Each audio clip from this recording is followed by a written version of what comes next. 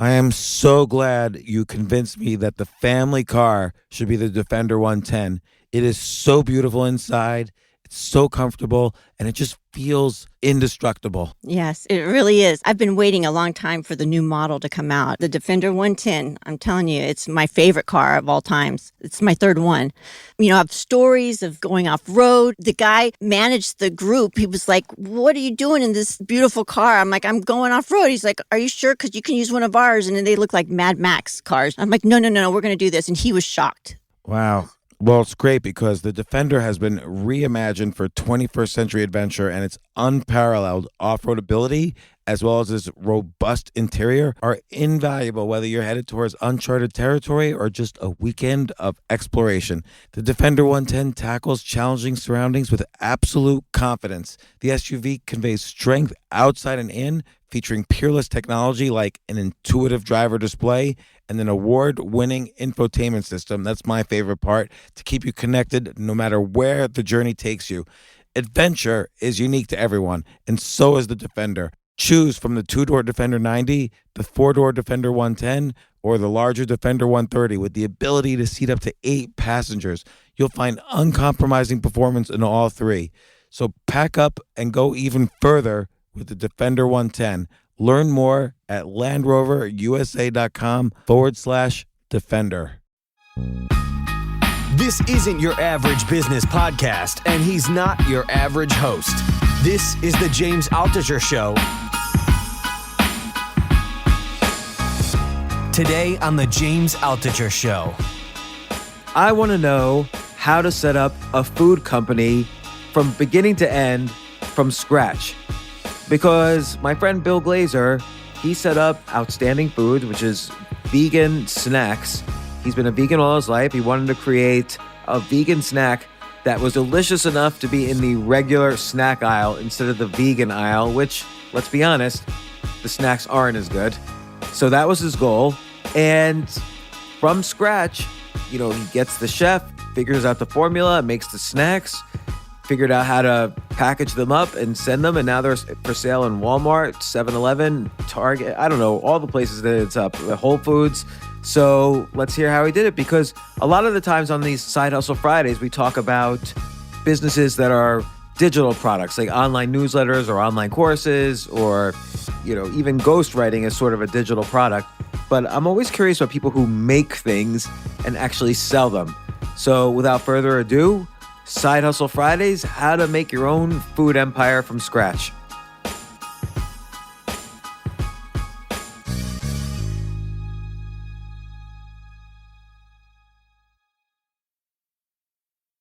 You have been doing remarkably well with your company on the business side. Like, one thing I'll say about my kids, they called me the other day and they were like, "Daddy, get us more of I think it was not the pork rinds, but the other chips. What was the first one? I forget. The first one we had was Pig Out Pigless Bacon Chips. Yes, and those. Yeah, now we have Pig Out Pigless Pork Rinds. We have Takeout Meal in a Bag Puffs, and we just launched a new product, our Pig Out Pigless Bacon Seasonings, that you could sprinkle on or add into your favorite recipes, make everything taste like bacon, but 100% plant-based. So it's 100% plant-based. And I remember from the very beginning, your goal was to not be in the plant-based snacks aisle. You wanted to be with the grown-up snacks, so to speak. Because quite honestly, historically, plant-based snacks have not tasted good. Now, people will argue and say, no, you haven't tried these quinoa chips or whatever. And they just don't taste as good. I'm holding in my hands right now, white truffle and sea salt potato chips. That's unbelievably good. Yeah. But your chips, this was your goal from the beginning, to make plant-based chips that were better than the regular snacks. And you did it. Like, I can't even order them too much because I gained 10 pounds. Like, I love them so much. They really... James, our products make you lose weight. Our products make you lose weight. You're not supposed to eat all the other crap. Maybe that's contributing to the weight. No, that's probably true. I just eat them nonstop. That's the thing. But I remember from the beginning, and I was always fascinated. This is what I wanted to talk to you about, which is I'm really fascinated by people who make things. And it's like almost inconceivable to me in this like world of every entrepreneur is making an app or a Tinder for X or whatever. And you went ahead and made a plant-based food company that is, what are some of the stats right now? Like what stores are you in? We're in 7-Eleven, we're in Kroger, we're in Walmart, we're in Whole Foods, we're in our retail distribution has been growing, and we've been selling also direct to consumer, not only as a way to have a relationship and ability to offer products that are great tasting and nutritious and that people can get safely delivered to their home, especially in the current environment, but really as a way also of generating mass awareness that has led to strong in-store sales. Our ads, since we began in February 2020, our ads have been seen more than 200 million times. And so What? Wait, where do you, okay, so what kind of ads do you do? Where do you advertise? And then I want to get into the whole thing, like how do you make a food company from scratch, which is what you did. Yeah. I mean, when we started, we were using direct to consumer as the centerpiece of our marketing strategy for the reasons I just mentioned. We wanted to have a relationship with our customers, sell direct to them, but also create awareness that leads to in-store sales. And so we started in February when you and I could have been in person together where people were traveling. Didn't we get together in February? I think we did. We did. Yes, Yeah. we did. And we actually did get together. Yeah. And you were accurately predicting what was about to unfold. You were probably more so than Unfortunately. anyone else. Yes. In some ways, the timing was very fortuitous for us. We couldn't have planned this, but in March, when the pandemic really started to hit and there were initial lockdowns, a lot of advertisers stopped advertising on Facebook and Instagram because no one was going to be buying a car in the middle of a pandemic. No one was getting on a plane and traveling and taking vacations. So a lot of the traditional advertisers, the travel companies, the auto companies, luxury goods, they all stopped advertising. So it became very cheap for companies like us to advertise on Facebook and Instagram while people were also seeking food products safely delivered at home. They didn't want to wait in the lines. They didn't want to get out in the crowds. And so the perfect storm of our launch happened amidst the beginning of a pandemic, and we were providing a solution for a lot of consumers to give them really great tasting, delicious snacks, which a lot of people were becoming more snack oriented when you're sitting at home and you have nothing else to do, but also nutritious. And so changing consumer behavior to seeking products delivered at home, the cheaper advertising all led to a pretty fast takeoff of our brand and our product. And fortunately, people love it and kept coming back for more. And so now, like, how do you get, I'm sort of doing this in a weird order, but because I want to ask, like, how do you make the product? But how do you get into like a Walmart or a 7-Eleven? It seems like my fear of Walmart, if I were to make a product, is that Walmart could just say, hey, we'll pay 1 penny more than your cost, take it or leave it. Yeah, Walmart, can be a tricky market for a lot of retail product companies because if they're undercutting the price where you're being sold elsewhere, that could potentially damage your other types of distribution. And oftentimes, if you get into a big box retailer, sometimes you have too much exposure to one market that if anything changed, it can adjust your sales in a meaningful way. It could also do the opposite on the positive side where it could add a big boost to your sales. But for us, we're very mindful of selling at prices that are fairly uniformed across the board, even at the Walmart. So with the type of product we have the margin to sell at a reasonable price for the Walmart shopper, but those prices are fairly similar and consistent to shoppers at other stores as well. And so how do you land a Walmart? Well, we have a VP of sales, and usually you have a sales team, but a lot of startups will handle it themselves, and that's perfectly fine. I think, just like anything, you always have to differentiate yourself, whether you're in food or whether you're in any type of company, what is unique and different about your product. I think what the food industry suffered from for many years was very incremental changes. People are, like you just mentioned, truffle, potato chips, all types of ways that people could change a flavor of a potato chip, right? Or reduce the oil a little bit, or just make some nuanced change or use an ingredient that no one's ever heard of. But at the end of the day, it's a potato chip with just something else on it, right? There's not too many, those things don't make retailers all that excited because it's just the same product, just a little bit different flavor or nuanced change. What we try to do is really differentiate our products and make them innovative and types of products that have never existed before that not only make the value proposition more compelling to the stores, but also to the consumers. And that's the combination that whether you have a VP of sales or whether you're a startup founder knocking on doors yourself, those are the types of things that are going to get you more attention. And in particular with a food product, it's got to taste great. So if you have something that tastes great and is innovative, that's the key. You know, it's very interesting that you say the stores were not looking for incremental changes. I think in general, this is like the VHS Betamax issue. Like, remember back, it's like 20 or 30 years ago or 40 years ago, there were two types of video recording cassettes, VHS and Sony's Betamax. Betamax was technically better. I don't know how they judge that, but everybody tells me it was better. But VHS won. And I think it's because consumers really aren't aware or don't care if something's 10% better than something else. They only really notice when it's like 10 times better than something else. Like, you have to really be different to stand out. You can't say, look, we're 20% better than our competitor. No one cares. It doesn't really matter. And that's partially subjective anyway. But 10 times better is not subjective. Like, your product, you're plant-based. That's not subjective. And if people say this is plant-based and tastes better, now you're like 10x better. You know, you've got this nutritious quality and it tastes better. And I think about this in terms of like even podcasts. I can't say, oh, I'm a better interviewer than so-and-so. Why don't I get dollars? It's not good enough to be 20% better. Nobody cares. No one notices. See, I think no matter what you do, you have to have a unique stamp that you're putting on it, no matter what area of competition or entrepreneurship or whatever.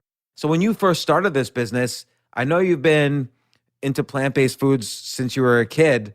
First of all, were you into plant-based food? You were a vegan since you were a kid, right? Well, for 30 years. I mean, if you want to call it as a kid 30 years ago, I'll take it. But for over 30 years, I think it's now about 31 years.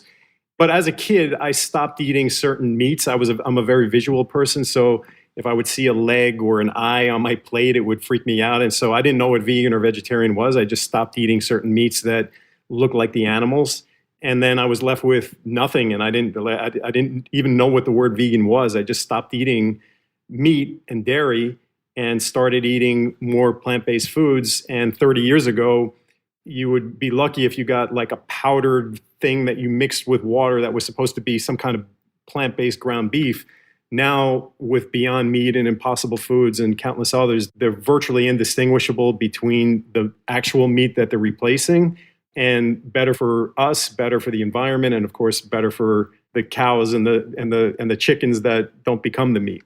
Sure. And so basically 25 years, 26, 27 years after you started eating fewer and fewer meats and more plant-based foods, you start this company. What was the initial why now? Like, what was the initial vision? Like, how did you create the first food? I remember when you were pitching it around, and the chef, I think Chef Dave that's his name. Yep. He cooked a Big Mac, pasta, bacon, and ice cream, and it was all plant-based and no dairy, no meat, nothing. It was fantastic. It was like the best meal I've ever had. Yeah, so I am fortunate enough to be co-founders with Chef Dave Anderson, who is a true smoke coming out of the ear type of genius. His brain, he's a classically trained French chef, but also his brain works very much like a scientist in understanding the chemical composition of the meat and the dairy and how to replace it using plant-based ingredients. So he's been an iconic figure in the space. He led product development at Beyond Meat for 4.5 years, did all their early stage product development, including leading the team that developed the Beyond Burger. And before that, he co-founded Hampton Creek, which is now called Just Foods, another little billion-dollar plant-based company. So I've had the benefit of having a genius formulator that did all of our products and does all of our products. And he and I had known each other, and we talked about doing something together. And when the timing was right, that's how Outstanding came together. But for any entrepreneur, you don't have to be a food scientist or a chef to create a food company. You don't have to be a computer scientist to create a software or an app. You just have to have a good idea and then find the right people that can help execute on those ideas. But to have a good idea in a competitive space, and no matter what, the food space is competitive, you still have to really. So Chef Dave had the skills, obviously, of cooking, and he'd been in the space. But I think for you, you still needed to understand really deeply what was out there, and the fact that you were a plant-based eater was a good sign. So that if the food was good enough for you, then you knew you didn't. That was a shortcut to validating the product to some extent. Yeah, well, the way we look at products as a company is we look at the behavior that already exists and we look at where the problem is that we could solve a problem for and find a solution for. We don't try to just put things together in a kitchen and then see if people like them. We start with what is the problem and how can we solve it first, and what is the behavior. We don't want to change people's behavior in order to eat our products. You started saying that we didn't want to be in the plant-based aisle. We had some ideas of different products that we would have landed in the plant-based meat aisle in stores. There's a shifting paradigm where more plant-based products are being sold in the meat and the dairy aisle. But most of the consumers that shop in the plant-based meat aisle are vegans and vegetarians already. And if you're trying to reach mainstream consumers and make an impact, you have to go where they shop, not try to change their habit. That's an uphill battle. What was the problem? Was the problem that there weren't good tasting plant-based foods, or what was the actual problem you were going to solve? Well, in better for you or healthy foods, whether they're plant-based or not, if you have a healthy product and the value proposition is the health and the nutrition, whether it's protein, whether it's different nutrients, for a food product, it still has to taste great. If it doesn't taste great, then people won't stick with it. They might be appealed by how much protein something has, how many nutrients it has. If it doesn't taste good, there's no second purchase. And so with food, you have to always lead with taste, because if it doesn't taste good, you're not going to want to eat it no matter what, whether it's replacing a meat or a dairy product or whether it's any type of product. If it doesn't taste good, it doesn't matter what else it does. When I think of the mainstream consumer, which includes me, it's not like I make most of my food decisions based on health. I really do make it based on taste with a little bit consideration towards, health. Like I don't want to eat unhealthy, but it's not like health is my first. It probably should be my first priority, but I do like to buy good tasting things. And that's for everyone, really, because I as someone who's eaten plant-based over 30 years, when the energy bar market was really taking off, now it's a very crowded space, but the first plant-based energy bar that had the nutrients of a meal, I was so psyched to buy it. I heard about this product that was coming out. I kept calling the store. Do you have it yet? Do you have it yet? When they finally had it, I bought 2 boxes. It was this green superfood energy bar, all plant-based. I was so excited. I took it home. I took 1 bite. It was horrible. And I completely threw it out, and I threw out the 2 boxes. Did that company make it? Did they survive? I've never seen that product again. So I don't know if they have other products, but that product was here and gone pretty quickly. And I'm sure my experience was the similar experience with other people. And so that value prop that it had from the health standpoint got me very excited, but it didn't taste good and I was gone. And so with a food product, you have to lead with taste. And so what we did was we looked at not only Dave, my co-founder, has the ability to create great tasting foods, but we looked at where can we improve in a significant way the nutrients or the types of products. So the first product that we launched this year or in 2020 was our Pig Out Pigless pork rind. It's got 7 grams of protein per ounce. The biggest amount of protein per ounce in the plant-based space was Hippies before us at 4 grams an ounce. So we made a paradigm shift of the amount of protein because we saw that not only do people want to get protein, especially if they're eating more plant-based foods from convenient foods, but many people in fitness, they're drinking the same boring smoothies and energy bars all the time, that we created a product that had a completely different use case, that after you work out, you could eat a bag of snacks and not only get the experience and the taste of a great tasting snack you love, but also get the protein you need. And that was the impetus for that. How did you get the protein? And also, is it high quality protein? Like, is it, from what I understand, there's like whey protein, there's other kinds of protein. What's the quality spectrum like? Yes, it's a very high quality protein. We're using pea protein is a big part of that. Pea protein you're finding in Beyond Meat, Impossible Foods, a lot of plant-based food products because it's a high quality protein. It's got all of the essential amino acids. It's a complete protein. and it's malleable, so it could be used in different products. It could be used in a chewy textured burger, or it could be used in a crispy snack food like our Pig Out Pigless pork rinds. And so what did he do? So he knew how to make this. He made it. You tasted it. I even probably tasted the first few products. It all tasted great. How do you mass produce now? Like, let's say I had an idea for a food product. I wanted to make James's animal crackers for people who like to eat animals, but just want to eat them as a cracker. What would I do to mass produce a food? So most food product companies, whether you're a company that is selling at your local farmer's market or whether you're selling a product, packaged product at Walmart, start in a kitchen. And they start in a kitchen with a food formulator, whether that's a chef or whether that's a product formulator or both, and then create the product. Then what you typically do is you go to a food manufacturer, often called a co-packer. For smaller companies, there are commercial kitchens available for rent. There's a trend now where you can rent a commercial kitchen per the time you need, not lock into a long-term lease. Those are more flexible commercial kitchens that allow a new entrepreneur to limit their costs on production and create products in a commercially approved kitchen. If you're a very small one-person operation, you can make food in your home kitchen. You have to check the local regulations. Many counties and states will allow you to make in your home kitchen, but it's got to express that on the packaging. But for bigger distribution, you're required to go to food production facilities that are regulated and that follow all the regulations according to food production. So you can get a co-packer for just about any type of product, whether it's a snack food, whether it's a jerky, whether it's a burger or whatever it is. There are companies that exist that are making products for other companies. They supply the ingredients most of the time, and they're handling the manufacturing. You're doing the formulation, the packaging, and then, of course, the marketing and the distribution. And do they match the formula exactly as you tell them? There's usually, when you go into R&D on a food product, there are usually many changes that happen from that version to the version that goes to shelves, because you need to be mindful of the shelf life, the packaging that is used to help extend the shelf life. We have in our bags, we have 1 year shelf life.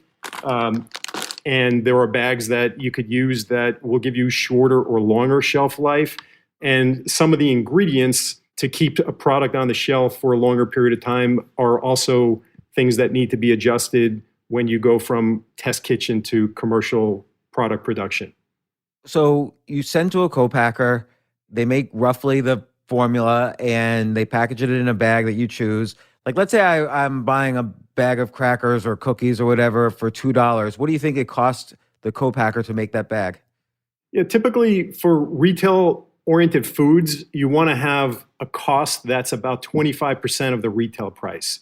So that's usually the target. A lot of food products are less or more than that, but that's usually a target. So if you're selling a product at retail for $2, you want to produce it for about 50 cents, because then you would sell it on a wholesale basis to the store at $1, and they'll mark it up to $2. Is there a distribution company that sends it to all the Walmarts, all the 7-Elevens, all the Whole Foods? Like, is there another layer in the middle? Yes, typically in the food space, there are distributors. There are distributors in the natural market, in the conventional market. There are distributors for some of the big box retailers. Some of them own their own distribution companies. And then there are a whole array of independent distributors that go to more of the mom and pop stores and independents and gas stations. There's food service to get into the Starbucks and grab and go and a variety of. So there are a lot of distributors. There are food brokers. And, like any other business, if I had not been in food before I started Outstanding Foods. So for a lot of these things that I'm talking, I had to figure out, I had to learn. And a lot of the pathway along the way are making adjustments and finding the right fits. And when you don't have the right fit, making an adjustment and learning from that experience and then figuring out what the best fit is. So, like, let's say you're selling a bag of something for $2, which means you produced it for 50 cents, and you're going to sell it wholesale ultimately for $1. How much do the middlemen take between that 50 cents and $1? Yeah, it's usually relatively small percentage. it should be no more than 15%. A lot of times it's less than 10% or even lower.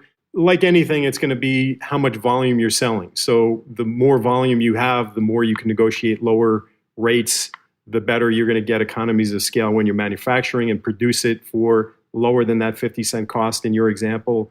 So the more production and the more demand you can create and product you can sell, then you could negotiate better rates with distributors, get better rates with your manufacturer, with your ingredient supplier, even with things like your packaging supplier and your boxes that you're using. So the more volume you do, the better your costs become and the lower the percentages that you have to pay out as well.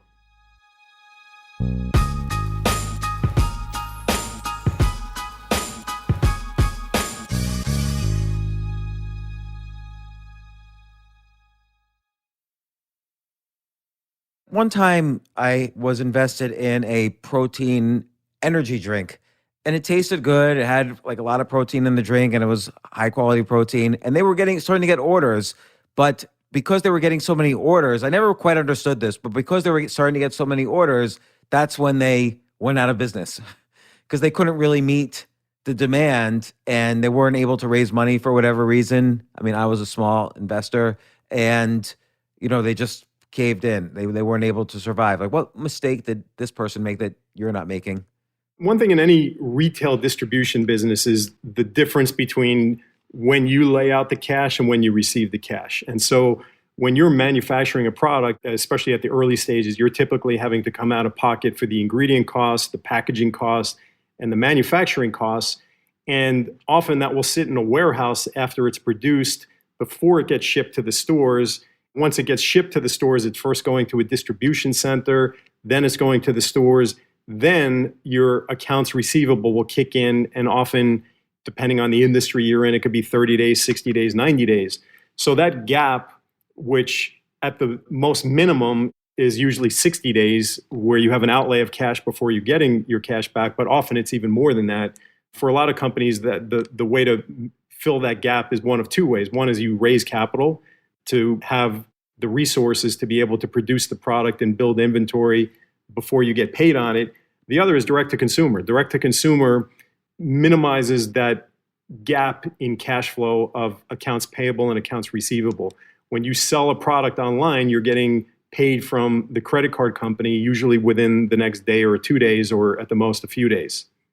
And so what percentage of sales right now would you say, or at least how has it changed in terms of direct to consumer versus the Walmarts and 7-Elevens of the world? Well, direct to consumer, you can make a product and sell it right away. With retail, the smaller retail stores, the independents or regions of larger chains, they're more nimble to make a decision to put a new product on their shelf. Again, whether that's in food or any other category. The larger retailers, they plan their shelf space many months in advance, often 9 or 12 months in advance. So you have to go through a longer sales cycle to get into the Walmarts or National Whole Foods or Kroger or others. And so you're producing a product and then you're selling it, but it's not going on the shelves in a lot of cases for 9 months or a year. On direct to consumer, you produce the product even before it's in your warehouse, you could start selling it. So you have the ability, if your advertising and your product works well, you have the ability to sell a product much quicker than you can on retail distribution. So like when you amped up your Facebook ads in March of last year, you were able to ramp up direct to consumer pretty quickly from that? Like, Yes. Did you find that every dollar you spent on ads, you were making more than $1 in? Did it take a lot of A/B testing to figure out the right ads and the right places? And like, how did you target? Yeah, we tested, we targeted.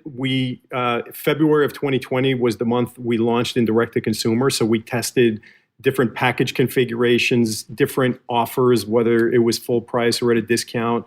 We tested different marketing messaging, and it started to penetrate and work pretty quickly. And so we rolled it out and continued to make adjustments, but really rolled it out and amped it up in March and continued to progress.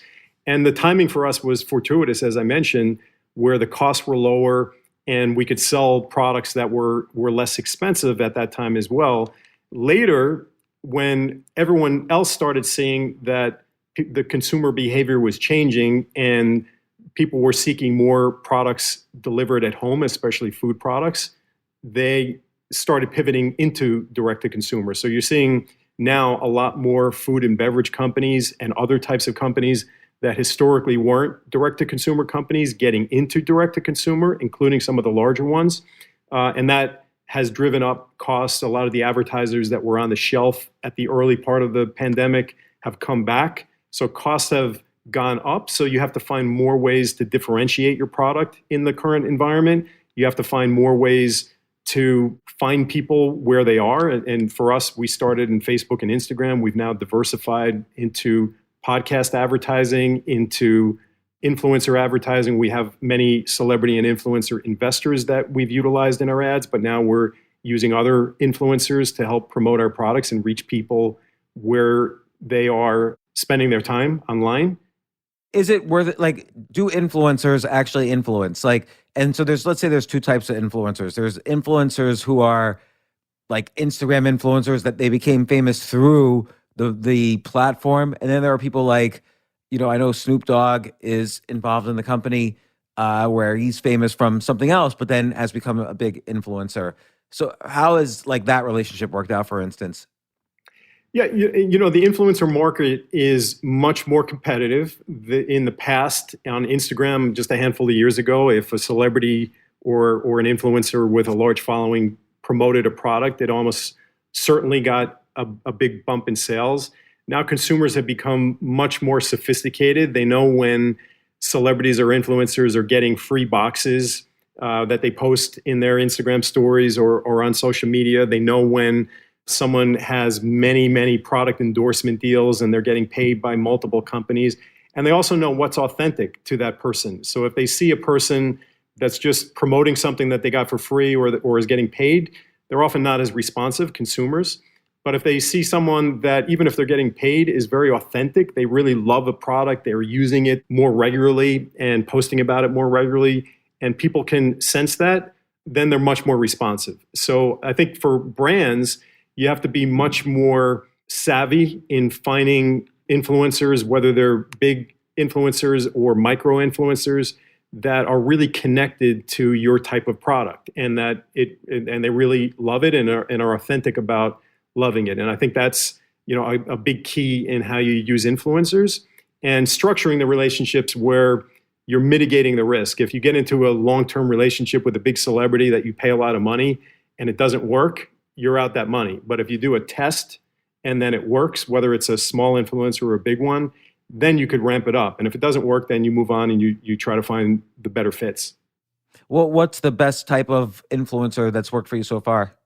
We found fitness influencers work really well, and in particular those that are moms. So we have a product called Takeout Puffs. It's got all the nutrients of a meal if you eat the whole bag. And it solves a problem not only for guilt-free snacking, where you're not just getting a bomb of salt and fat and wasted calories like most snacks have, but a lot of us will eat on the go, whether you're a busy entrepreneur or a mom, and you end up eating a bag of chips, sometimes accidentally, and it becomes your meal. And so we actually have a product that solves that problem, where it's got all the nutrients of a meal. And so we find that moms really love our product because it's the first product that they don't have to make a trade-off with their kids. Kids usually want the crap, the things that taste great but have all the crappy ingredients in it. And the parents want them to eat something healthy.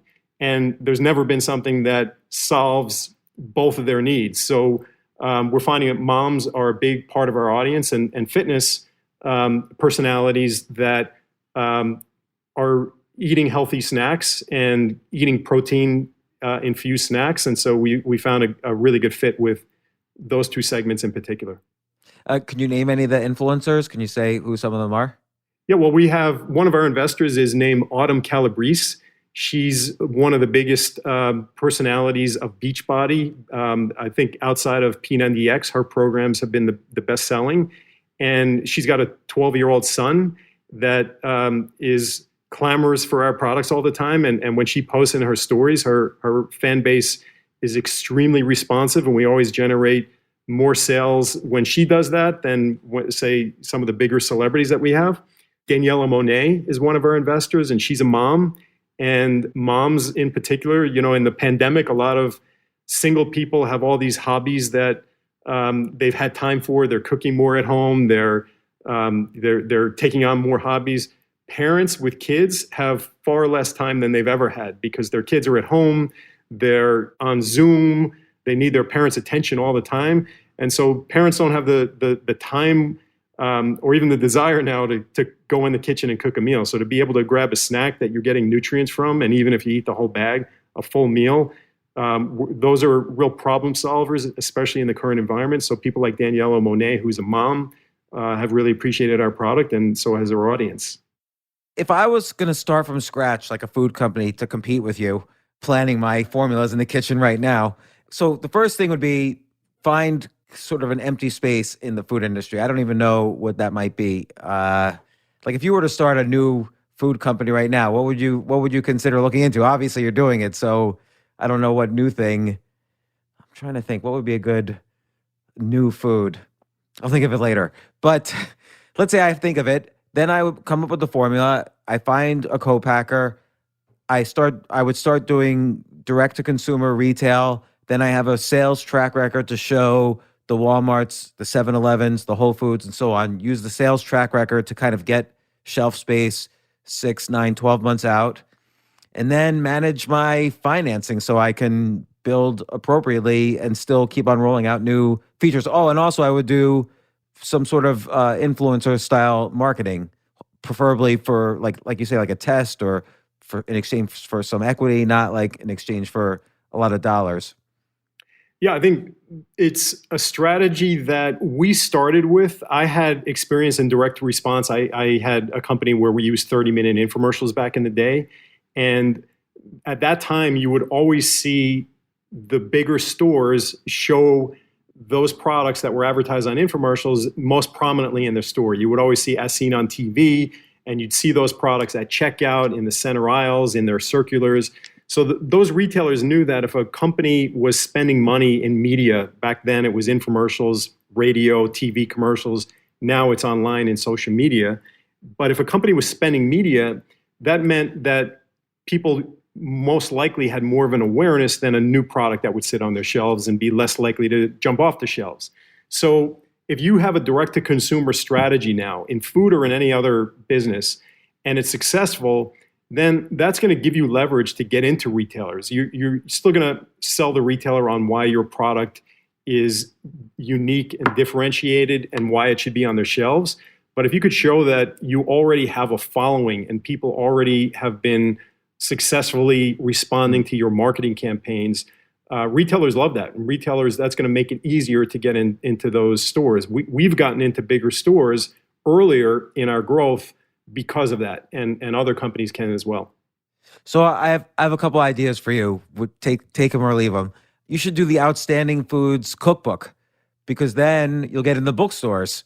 So people will see you or on Amazon books, or because people aren't going to bookstores as much anymore. But then it's just for like how the Moosewood cookbook kind of opened up being a vegetarian to so many people, and then the Moosewood products followed into the stores when they realized they caught fire. You must have looked at our product roadmap, because that's in there. And we actually just launched a new product, our Pig Out Pigless Bacon Seasonings. And it comes with a free ebook that Chef Dave created, a whole bunch of recipes that you could use the seasonings and bring that great taste of bacon that's plant-based into all of your favorite foods. Oh my God, you should do the Great Vegan Bake Off. That's an idea. You could even do that like on YouTube, or make a TikTok version. Like you don't have to do a whole produced show, but do like the Great Vegan Bake Off, do a contest even, give $10,000 to, and some assignments to 6 people. And then you have TikTok videos of each of them creating their vegan cupcakes or whatever, sponsored by Outstanding Foods. Done. In fact, the way I heard it was you're going to donate the $10,000 for the award. And I think we might even have some witnesses that are listening that will verify that, but I love it. Well, let's do it. All right. And then, another one. Have you ever thought of doing now that you have, and it might be a different type of distribution chain, but what about other plant-based types of products like makeup or cosmetic products? We're staying with food. We're right now focused on snack foods and other shelf-stable products that we have in our product roadmap, and we're going to stay with food, with the exception of ancillary things that might be connected, like a cookbook or even some media. But yeah, there are plenty of opportunities now. There are fast changing consumer behavior, and it's not driven necessarily by people who are all becoming vegan or vegetarian. The biggest growth in the market are people who are flexitarian, seeking out more plant-based foods, but people in other categories are seeking more natural products. Skin and hair is a fast-growing arena, multi-billion-dollar arena, where plant-based products are becoming more in vogue. More clean ingredients, less of the chemicals are also becoming more in vogue. Consumers are much more conscious and aware of what they're putting in their body and on their body. And so there's a growing demand for those types of products. It's not something we plan to get into, but it's wide open and very fast growing demand in that space. And, one thing that's both a good thing and a bad thing is that everybody now is buying online. They're not going to the local store. And this is kind of a long-term macro problem for cities and towns and so on, where money used to circulate locally before it would eventually disappear onto the internet. But now you get paid and it instantly goes to Amazon. Do you think this has become a habit of people or a lifestyle, in the sense that is this going to, when things eventually, when stores start to reopen more fully, more confidently, they're not going to be shut down and consumers start risking going to stores again, or will they order less from Amazon, or do you think that lifestyle is here to stay? It's a mix of both. I think partly people appreciate the convenience, and that's been a growing trend even before the pandemic, where people are buying all sorts of products at home, and in particular during the pandemic, where they don't want to wait in those lines, they don't want to be in the crowds, so they've been shopping online even more. But as a result of doing that, that's becoming a new habit for many people. Many people are using the Instacarts and the Amazons to get their groceries, and that will continue. There will definitely be people, though, that go back to the stores in droves. There are certain experiences you have, and even time, even though it sounds like, all right, you get in your car or you get on a public transportation, then you go to a store, that might sound time consuming. It's not the easiest thing for multiple, if you're shopping for groceries or lots of other products, seeing them in person often is a lot easier, and you could be more selective of what you're buying than searching or looking at products one by one. If you're buying just one thing, it's easy. If you're buying multiple things at once, even going to the Instacarts, unless you're hitting just reorder, it often takes 20, 30 minutes just to go through that whole process. And then you still are wondering, what did I miss? What are the products that I usually buy that I didn't find here, that when you're in the store, you do see? So I think there will be definitely some of the behavior that has amped up in terms of buying things online that will continue, but also a lot of people going back to the stores for the convenience of knowing what they want and seeing things that they might not see when they're just on a page online. You know what I miss is that, and like everyone else, I've been buying everything online, and I love it. I love the convenience. I don't ever want to go to a store again, except there's one thing I miss, which you kind of realize in this pandemic, the odd little nuanced things that arise when you're no longer doing it. But I miss going with my kids to a bookstore, because it's like a bonding thing with the kids. Like, you see what books they like, you talk about the books, you have like a coffee in the cafe and you read together. So that part of the shopping experience, like getting to know my kids in a different way, I miss. But the actual shopping itself, I could do that all online. I don't care at all. But it sounds like you've got, so this was basically beginning to end of setting up the beginnings of a food empire. And thank you for answering all my questions, Bill. Well, my pleasure. And we're really excited about what we're doing, and not just the growth we're experiencing, but really making it easy for people to eat more plant-based and healthy products that they love, and making it easy for people to incorporate them in their diet. Will you make a burger? Like, do you think that space is crowded with the Impossible Burger, the Beyond Burger? Yeah, it's not in our immediate roadmap right now, but I think the space is still wide open, even though there are some dominant early players. There's always, in burgeoning spaces, dominant players that start out, but then over time can change. We've seen that with the Blockbusters of the world and the Netflixes and countless other industries, where the new players don't always become the sustainable players. But I think there's a growing trend now in the plant-based space, where first it was really very much about matching taste and texture to the meat and the dairy. Now it's about using more clean and health-inspiring ingredients, and I think that's going to be the next trend. So, for those out there that can create a burger that is using more health-inspiring ingredients, then I think you're going to have a bigger opportunity of capturing market share and doing innovative things. Even if there are players out there that in whatever space seem to be dominant, there's always an opportunity if you have something unique and you can position it in a way that you're solving a problem for consumers. And is technology a competitor? So do you worry about things like Memphis Meats, which do stem cell grown meats that are arguably vegetarian, even though they're actual meat?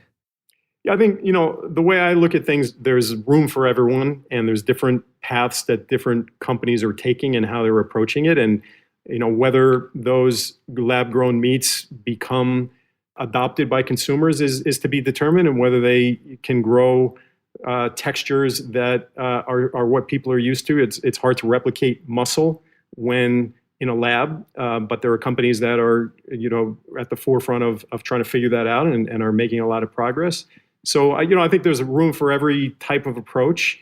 A lot of the venture capitalists are making bets across the board in lots of different types of food companies that are disrupting animal agriculture, in particular for the environmental benefits of avoiding the animal agriculture that contributes to greenhouse gases in a big way. But there's room for a lot of people, and it will just shake out which ones are the ones that consumers gravitate towards and which ones are producing products that are aligned with consumer demand.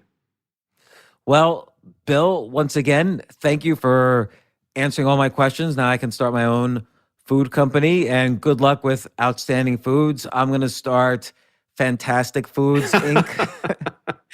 All right, I'll look for your hostile takeover soon. Yes. I'll do the great vegan bake-off. So, yeah, keep your own 10,000 for your own contest, right? Right. Well, thanks again, Bill. Thanks, James. Appreciate it.